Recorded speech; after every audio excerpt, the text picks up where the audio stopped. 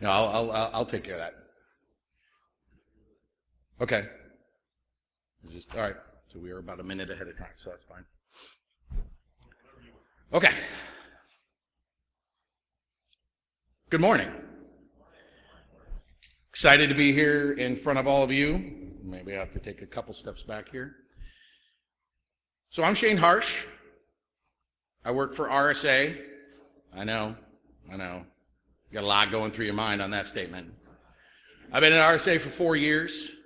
Honestly, it's probably the best corporation I've ever worked for, and that includes the U.S. Army, which is one of my dear favorite organizations, honestly.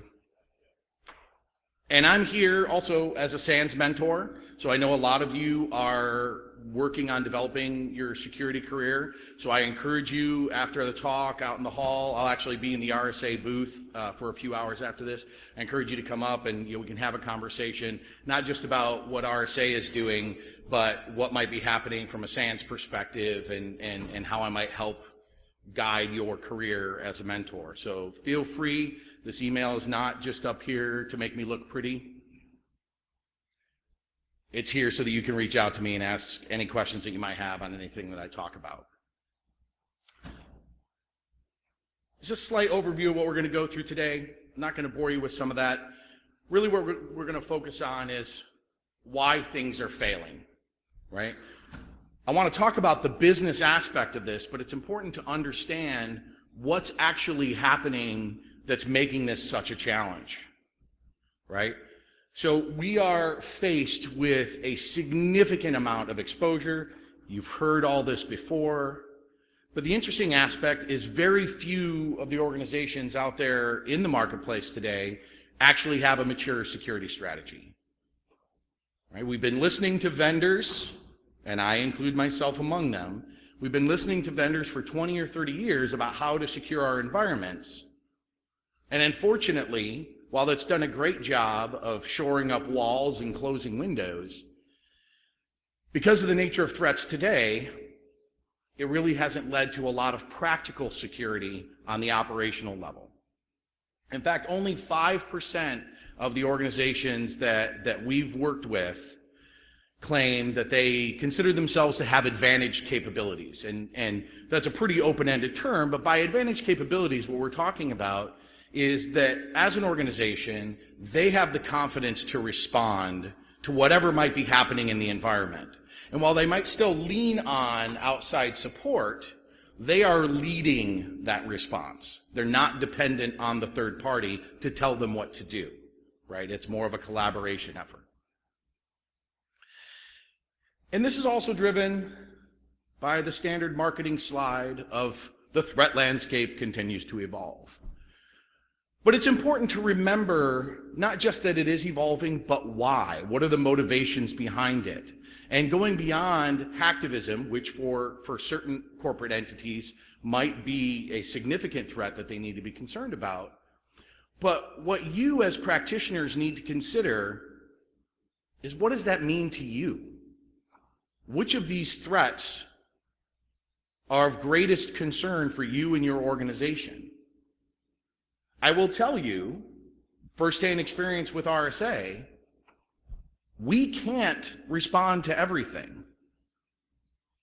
So if you think there's like this golden vendor or even a golden corporation out there that is able to respond to every threat that comes within the perimeter, that entity does not exist. And don't set yourself up with that ideal of where you should be. Right? You need to understand what threats are most likely to be levied against your organization, and then build a thoughtful and comprehensive response to those threats and those threats alone.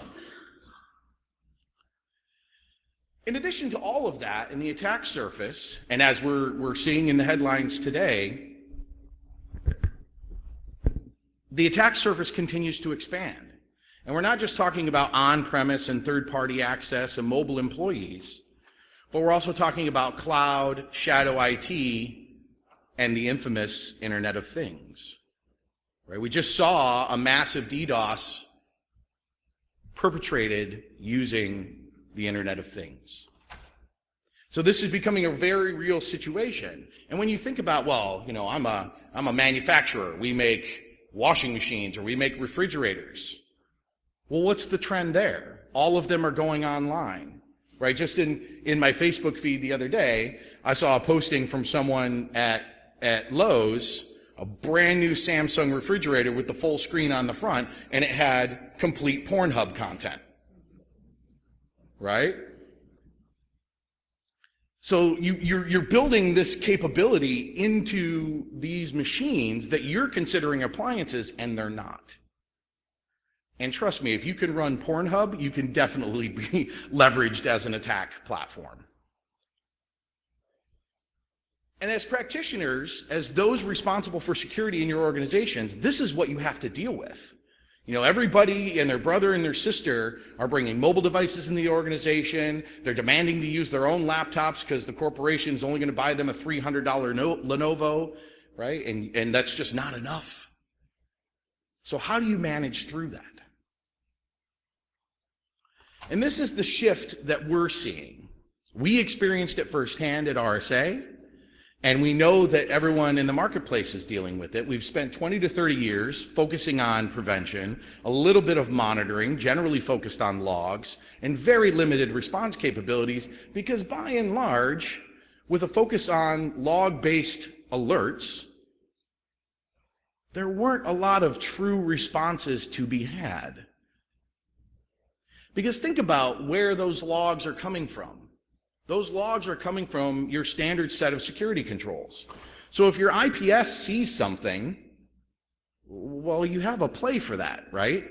You've got a signature that gets triggered, it triggers an alert, you've decided that that alert is important, so you're going to go and do X, Y, and Z in response to it.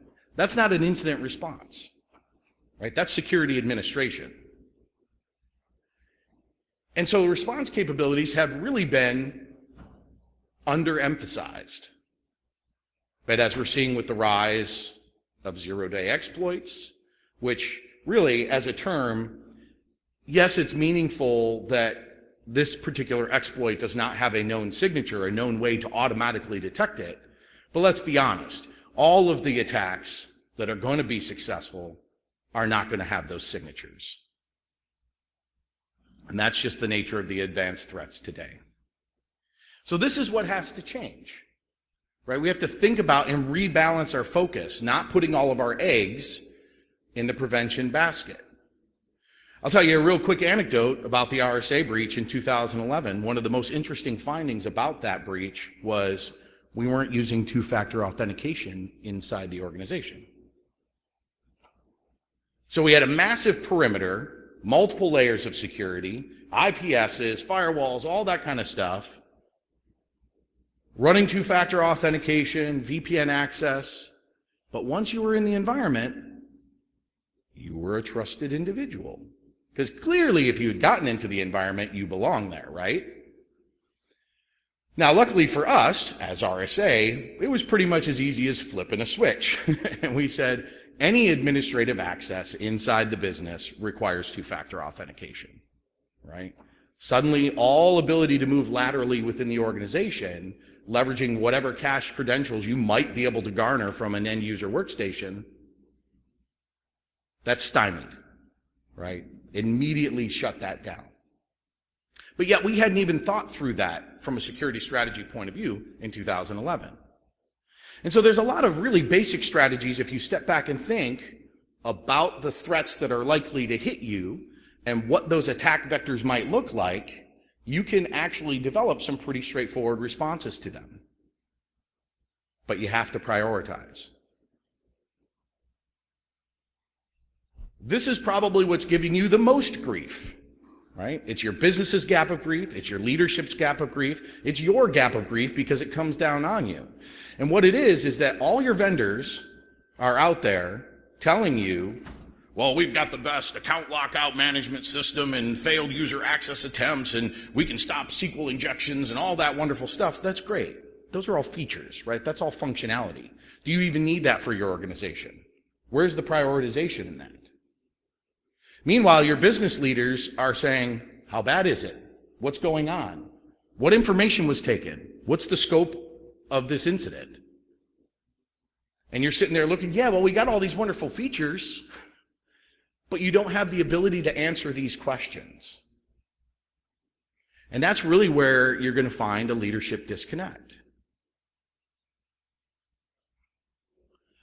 So the capabilities that matter most now are looking at visibility and analytics, understanding how your identities are managed, because let's face it, the advanced threats, the attacks that are being successful, they're generally leveraging legitimate credentials.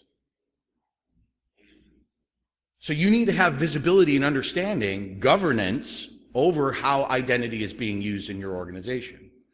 And finally, you have to have an understanding of risk for your organization. Where are your critical assets? What on those assets is important? If you have an incident that's affecting two different assets in your organization, which one do you focus on?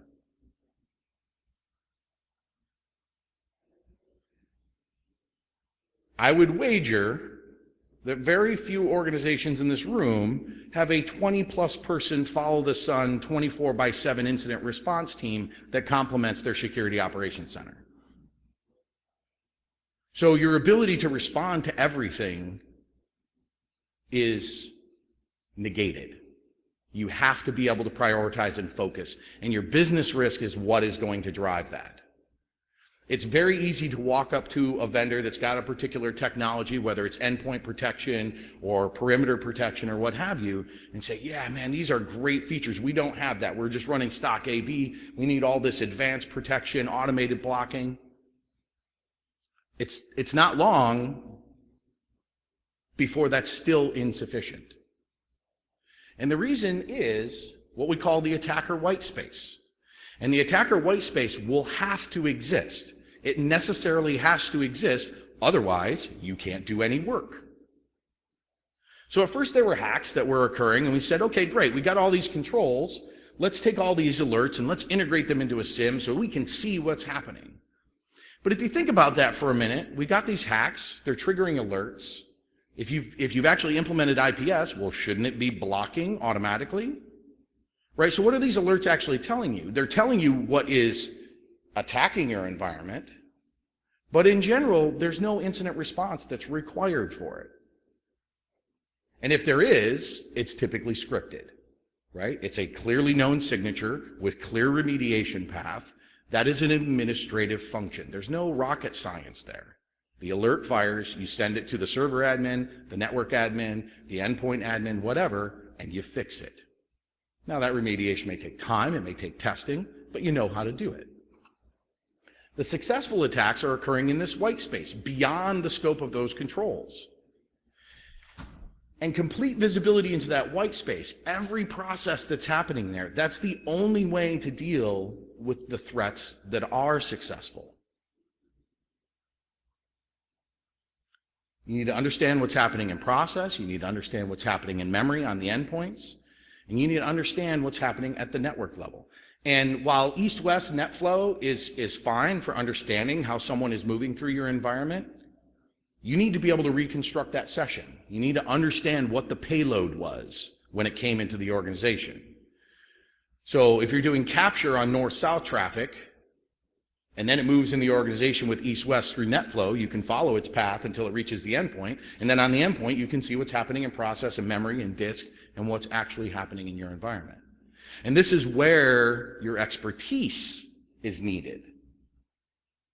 Because while all vendors, RSA included, are working on making that a fully automated response, it's not there yet. There's too much nuance to understanding the impact of these particular types of attacks. And it would be very easy, and anyone who's tried to implement even IPS with a known signature-based platform knows automated blocking is extremely risky. When we look at how we've structured our organization from an IPS perspective, we use IPS and we use it in active blocking because that's what the technology was intended for, but we've also limited and narrowed it to a very limited set of use cases around specific critical assets. We're not doing full IPS on ingress egress, there's just too much traffic. But when we know what should be happening to our critical assets, absolutely. Let's eliminate all the known signatures so that anything else that gets past that IPS, now when we're looking and analyzing that packet data or what's happening on the endpoint, we know that there is no signature for what we're looking for, right? And that that packet stream has already been vetted by all of our controls.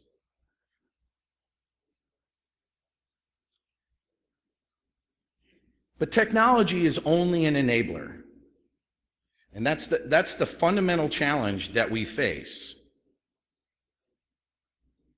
We have to think about what kind of people do we need on a team that is capable of conducting that type of investigation? What processes do we need in place to ensure that their activity is repeatable, that it's trainable? How do we retain them? Let's say you get funding and backing and you build this awesome threat response team. Those individuals are going to go elsewhere once your program is established as a success. So you're not going to have the 30-year employee that stays in your organization forever. You have to build into your plan an assumption of attrition. You have to build into your plan how you are going to orient and train new staff. It's not as simple as coming up, defining roles and saying, here are my processes. And everyone goes, great, yep, this is humming along. I've been here 6 months. I'm now going to take this whole plan and go somewhere else and make more money. So how do we build a career path? Because we can't always rely on information technology experts, networking experts coming into your threat response organization and building out your team. There's going to come a time when the entire pool of interns that's floating out in the vendor hall, you're going to need to tap into them and help them grow. And as we all know, the real foundation of security analysis is pattern recognition, puzzle solving, putting things together, being able to approach a problem in a logical fashion. It's not necessarily an amount of technical expertise. You can teach someone the structure of a packet. You can help them understand how subnetting works. But if they're not puzzle-solving individuals, if they don't like logic problems, they are unlikely to be successful in that role. So focus on those skills that are most important.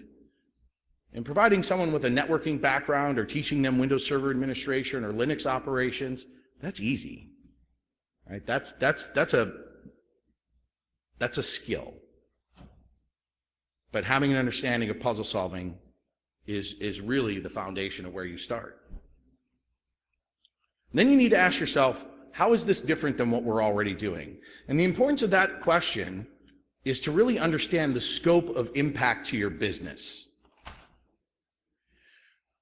Because if this type of activity is completely opposite or completely unique to what's already happening in your business, that's why it's challenging. It's not challenging because you don't have the right technology. It's challenging because your business hasn't done it before. It's a new thing. And adapting to new skill sets and new disciplines is very different for organizations.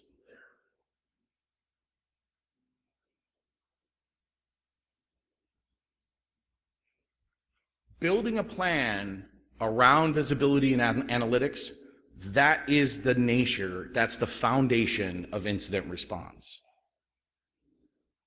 So in today's reality, we see 70% of organizations compromised in the last year. 66% growth in incidents year over year from this time last year. 56% of the organizations are unlikely to be even able to detect an attack. And as a result, 90% of them are dissatisfied with their incident response plan, if they even have one. Their incident response plan might consist of, I'm going to pick up the phone and call someone. Call RSA. And that's fine as a starting point and a recognition of where you are in your incident response process, but there needs to be more. Even if you're going to rely on a third party, there needs to be more to your plan. And as a result, especially with pressure from the boards, everything that's happening in the marketplace right now, 80% of CISOs are thinking of redefining their approach to information security. And that's because these capabilities, the endpoint visibility, the network visibility, those rely largely on technology that you don't have, that corporations don't have, and people exercising that technology in ways that companies don't currently operate. And so why is this challenging? We would like to think, hey, it's a new shiny thing. We're security tech geeks. Let's go grab some new technology and do new things. But visibility is typically not a core competency among most security teams. Leveraging that visibility requires new skills, new technology, new roles. And it's a concept that must evolve. So let's think about the roles required in threat detection and response. First and foremost is threat. We need to understand what threats are of concern for our organization, what the data feeds required to provide that information might be, and which threats from those data feeds, which threat records are most valid. Because if you start subscribing to a whole host of threat feeds, RSAs included, you're going to be inundated. It's a fire hose. So you have to have an understanding of how to sift through and manage that information. Once you've done that and decided which threats you intend to focus on, then you need to work with your content analytics. Content analytics is really a generic way of saying, how are we going to detect and possibly block, respond, contain this particular threat? What logic is required? Is it a firewall rule? Is it an IPS rule? Is it a particular correlation rule on our log analysis? How do we know that this threat has made it into the environment? That's the content analyst's job.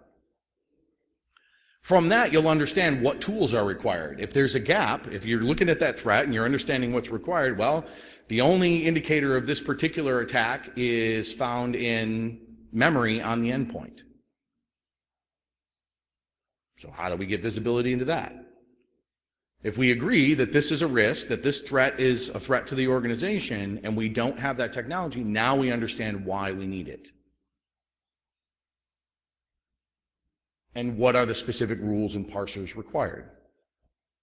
Once you've defined that content analytics environment and you actually have the ability to detect the threats as they come into your organization, now you need to be able to conduct triage on those alerts. And remember, these alerts are for anomalous behavior. These are not your IPS alerts, not your firewall alerts, not your antivirus alerts, right? These are registering anomalous behavior as matches your content analytics rules. So they require investigation and validation. You need to make sure that it's legitimate.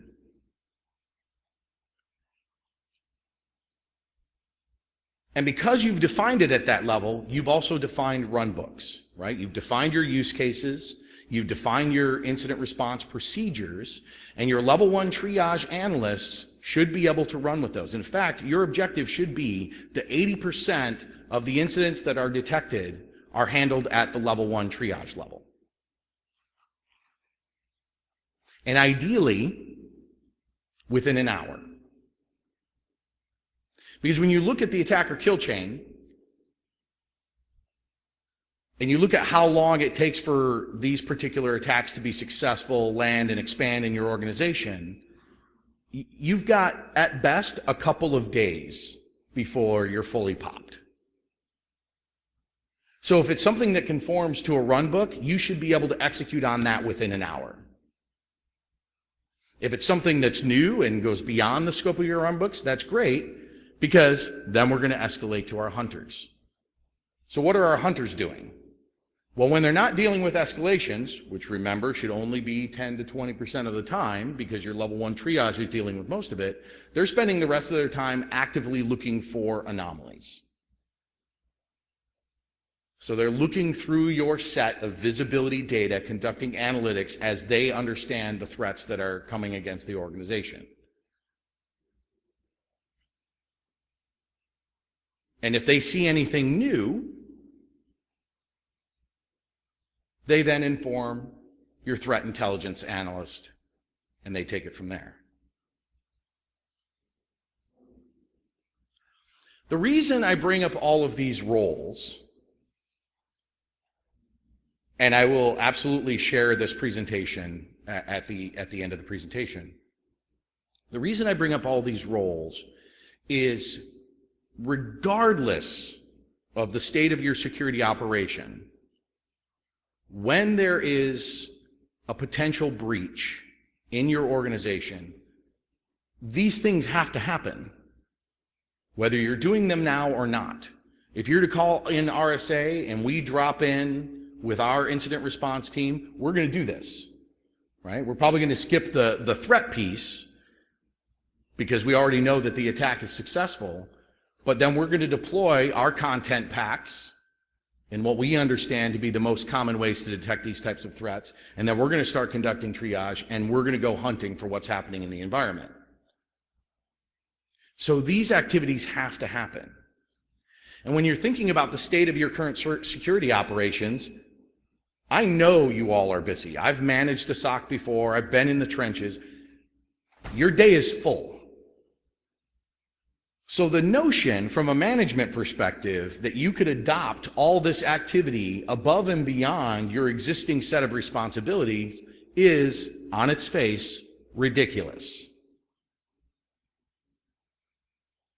While all of these roles are not full-time occupations, depending on the scope of threats in your organization, hunting and triage absolutely are. So if we were to take the most conservative approach to responding to this, threat and content, maybe that's one person. Maybe your expert tools resource gets focused on that. Great. Maybe you as a manager, you're focused on threat. You will decide what's important for the organization. You'll work with the rest of the business to understand how they want to prioritize. Okay, great. So we've knocked those two out. But you need at least 2 people in triage, right, from an 8x5 perspective, because each individual isn't going to be there all day. People get sick, people go on vacation, right? And the same is true for hunting. So at best, you're looking at 3 to 4 people minimum. Now, there's strategies on the triage piece, especially if your run books are well defined, that you could look to outsource that. And this is where an MSSP can actually be very successful to you. And full disclosure, RSA is not an MSSP. Because if you've got well-defined run books, if you've got 10 use cases and your procedures are defined, that is actually a recipe for success with an MSSP. You can hand those books over and you can say, when this stuff triggers, you do this. And when this doesn't apply, you call me. And who do they call in your organization? They call one of your hunters. That hunting role, you can't outsource that, because that has to belong to someone who knows your environment inside and out, right? You can have additional hunting resources above and beyond that, like calling RSA to come in and help you, and we'll act as your level 3 when the stuff hits the fan. But at the end of the day, your bread and butter hunting, that's coming from someone inside your organization. This is a business transformation. You're adding new disciplines, expanding current operations. It requires separate management, separate KPIs, and new operating objectives. This is not an expansion to your security operations team. This is a different team. This is a different set of functions. And all business transformations are a process. So I know up till now, I've been talking about this kind of from a security practitioner perspective, but we're all part of a business. And the business has different priorities necessarily from the security operations team. So we have to understand how we affect this change inside the concept of the business. Leading through change is a distinct challenge for any leader in the organization, whether it's security operations or adding a new process to your HR team, whatever, right? That change is hard. Deploying a new accounting system. And without a transformational plan, it's likely to be unsuccessful. So you have to act as a change agent, and you likely can't do it alone, even inside your organization. I'm not even talking about leaning on trusted advisors. I'm talking about within your organization, you can't do it alone. So when we look at the 8 stages of business transformation, there are a sense of urgency. That should be pretty easy to communicate. You have to create a guiding coalition. So that's building a team of your peers who understands why this is important to the business. If you're in a manufacturing firm, you have to get on board with the head of your operations because that's what's driving the business. And you have to help them understand why this is important. If this happens, you could shut down a plant. And we know you can't tolerate that. So how do we come up with a plan together to make sure that our plants never get shut down? You then have to develop a vision and strategy. Right? This is not quite to the planning stage. You have to understand why you're doing this. And I'm sure most of us have been in corporate America for a long time. We've all seen vision statements. You need one, but it needs to be one that your team will know and can recite and will drive them in the absence of any other guidance. So I'll tell you right now that it can't be a paragraph long. You need to think of pretty much at most one sentence that is going to drive your team. Like in healthcare, the number one vision that we always hear is patient care. Right? When you think about any changes to a healthcare environment, first and foremost is patient care. What is the impact to patient care? So within your organization, you need to decide what your mantra is going to be. And that's going to help drive your team when you don't have any other guidance.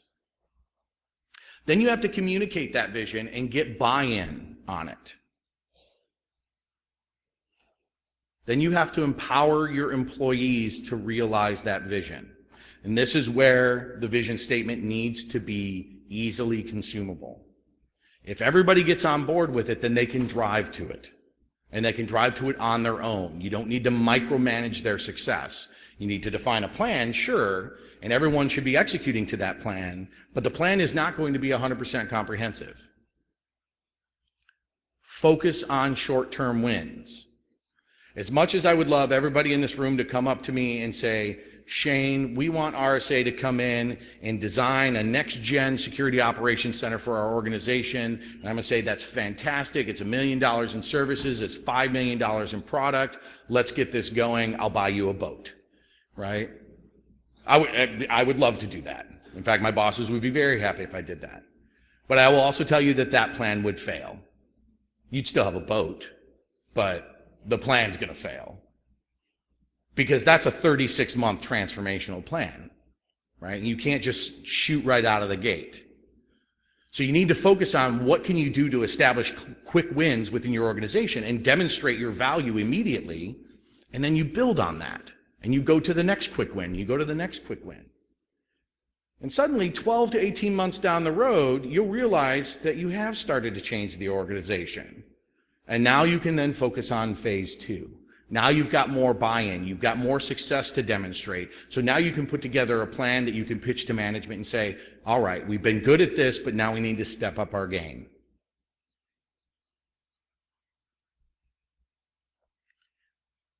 That's called consolidating gains to produce more change. And then lastly, you need to anchor these approaches in your culture, right? There's a lot of security fatigue out there, not just amongst our practitioners, but within the organizations themselves, right? This constant security, security, security, security. And then there's this change and these restrictions and this new endpoint agent and all this kind of stuff. And it gets old because they just want to do their job.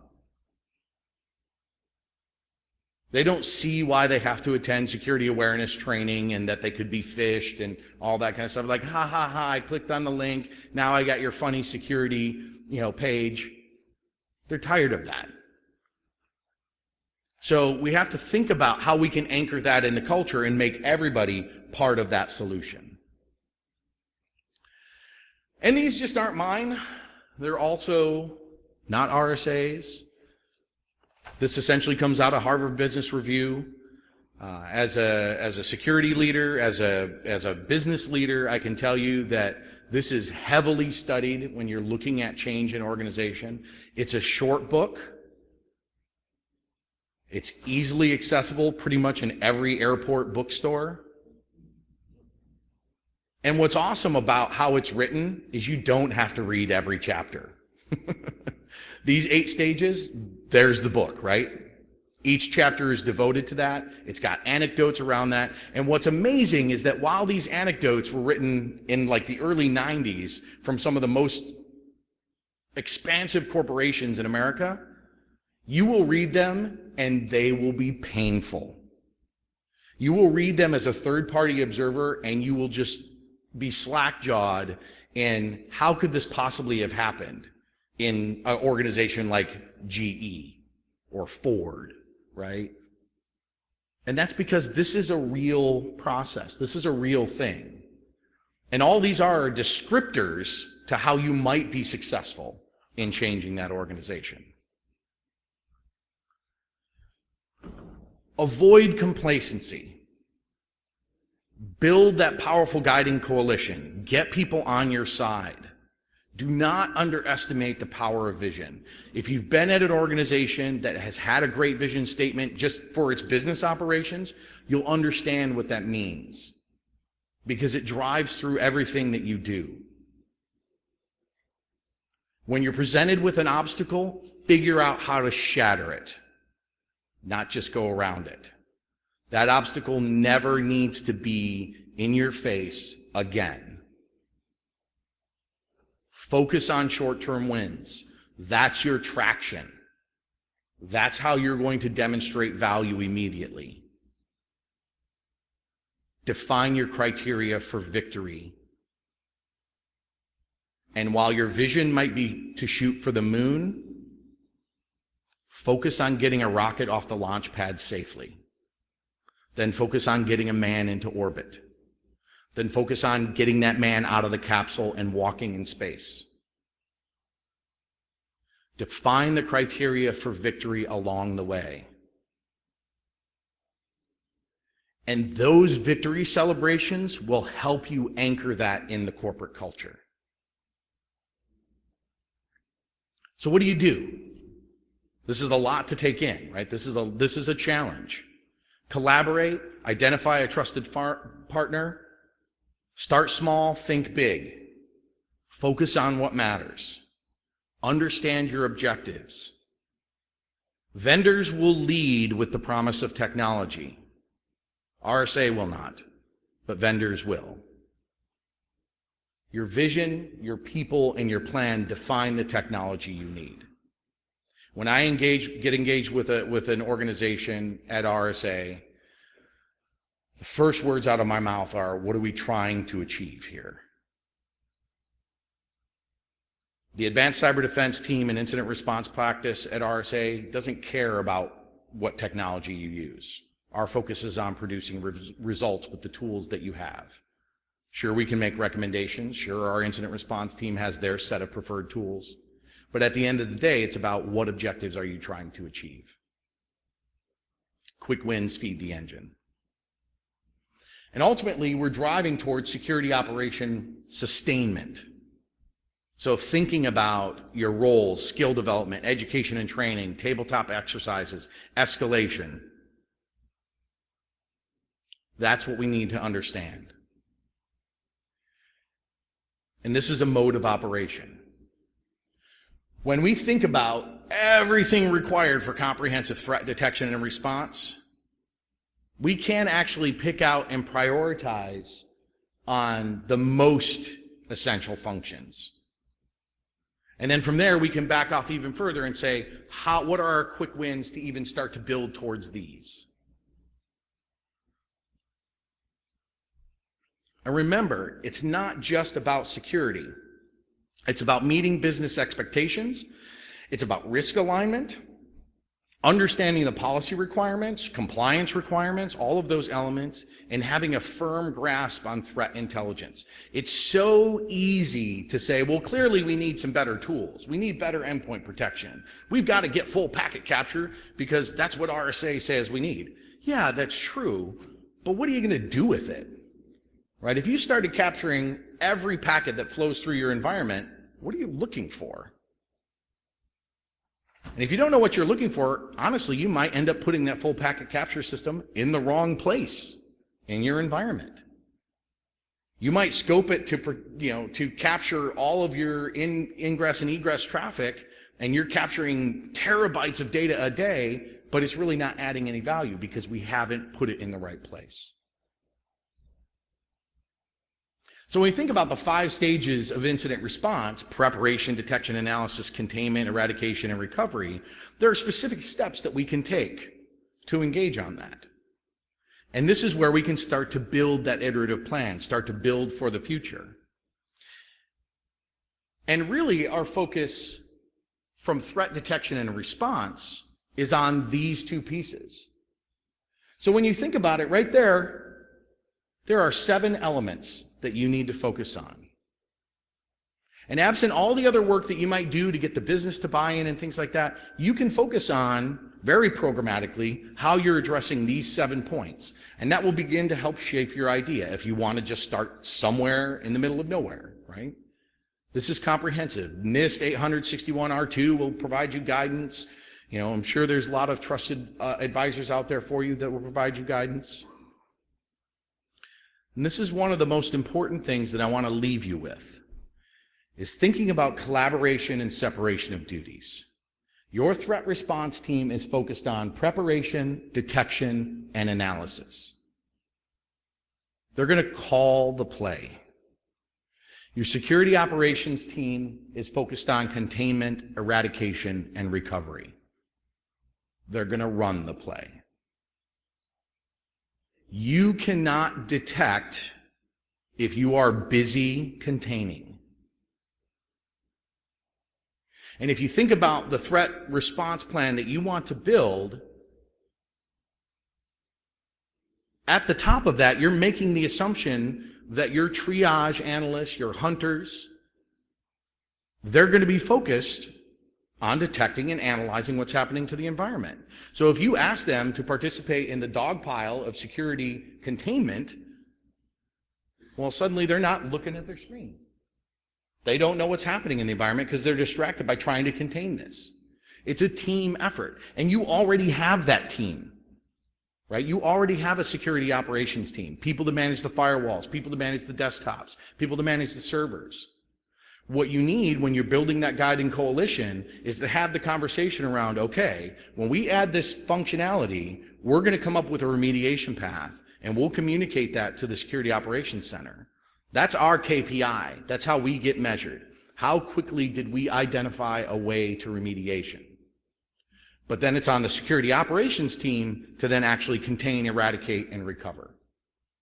We can't be responsible for that, because we have more threats to detect. Thank you very much. I think we have some time for questions. We got about 10 minutes for questions. So please, any questions you might have? Otherwise, there's my contact information. Feel free to reach out. I got business cards, and if you want to leave your business card, I can also